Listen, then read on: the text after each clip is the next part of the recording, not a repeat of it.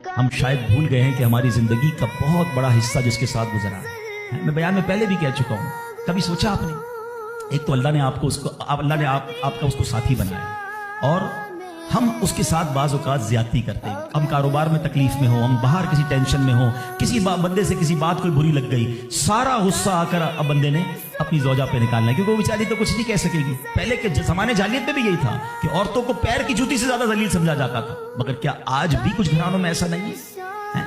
आज तक मैं वैसे सवाल करता हूं, शायद गालिब गुमान है कि जो यहाँ अज़वाज वाले ज़ौजा वाले बैठे, शादीशुदा बैठे, हमारी ज़ौजा कि शायद हर दुआ में हम होते हैं। हम अपनी बीवी के लिए कितनी दुआ करते हैं, गौर कीजिए। हालांकि मैंने देखा है कि जिनकी शरीक हयात दुनिया से जाती है ना, वो लोगों को मैंने टूटते भी देखा है। तो ऐसा ना करें। जिस तरह वो आपके लिए मोहब्बत का इजहार, दुआओं की आपकी खिदमतगार है, आप भी उसके लिए अच्छा बर्ताव